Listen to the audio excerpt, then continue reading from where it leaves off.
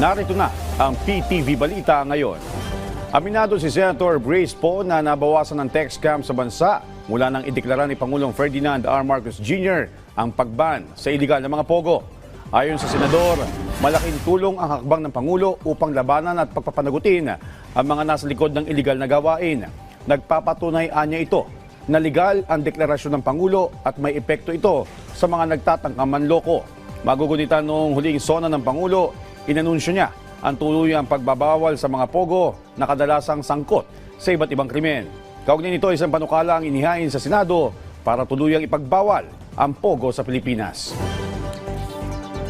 Sa ating weather update, habagat pa rin ang magpapaulan sa Metro Manila, Western Visayas, Zambales, Bataan, Cavite, Batangas, Occidental Mindoro at Palawan ngayong araw. Babala ng Pag-asa, asahan ng mga pagbaha at pagguho ng lupa sa mga nabanggit na lugar, lalo na kung magiging malakas ang mga pag-ulan. Isolated rains naman ang inaasahan sa nalalabing bahagi ng Visayas, Mimaropa at Calabarzon dahil pa rin sa habagat. Kalat-kalat na pag-ulan naman ang mararanasan sa nalalabing bahagi ng bansa dahil sa localized thunderstorm. Samantala, patuloy na minomonitor ng Pag-asa ang isang low-pressure area na nasa 835 kilometers hilagang silangan ng extreme northern Luzon o malapit na sa bahagi ng Taiwan. Wala naman itong direktang epekto sa bansa.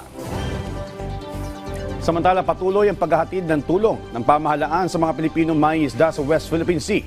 Kumuha tayo ng update kay Bien Manalo. Live, Bien. Joshua, bandang 6:30 kanina ay nakarating kami dito sa Kuta Island.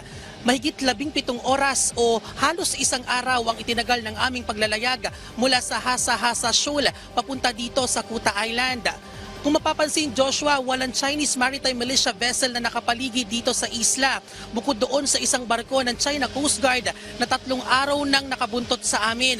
Ang tanging makikita lamang dito, Joshua, ay mga Chinese fishing vessel na nangingisda sa isla. May mga tropa rin tayo ng sundalo na nakadistino dito sa Kuta Island para magbantay sa isa sa mga pinag-aagawang teritoryo.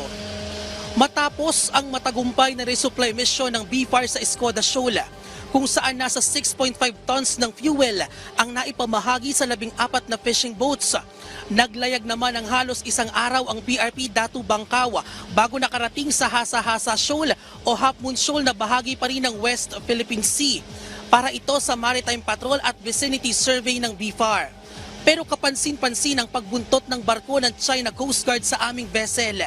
Simula kasi nang magtungo kami sa Escoda Shoal hanggang makaalis sa Hasa-Hasa Shoal ay nakabuntot na ang barko.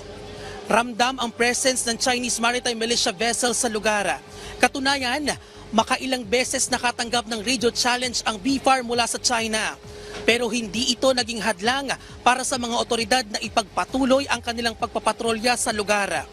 Naging mapayapa pa rin ang isinagawang Maritime Patrol at Vicinity Survey ng BFAR sa Hasa-Hasa Shoal kahapon. Ayon sa PCG, pangunahing layunin ng misyon ang makapaghatid ng tulong sa mga mangingisdang Pilipino sa West Philippine Sea. Joshua, mamaya ay magsasagawa ang BFAR ng Maritime Patrol, Vicinity Survey at Resupply Mission dito sa Kuta Island. At mula rito sa Kuta Island sa West Philippine Sea, balik sa iyo, Joshua. Maraming salamat, Bien Manalo. At yan ang mga balita sa oras na ito. Para sa iba pang updates, i-follow at i-like kami sa aming Facebook at X sa @PTVPH. Ako si Joshua Garcia para sa Pambansang TV sa Bagong Pilipinas.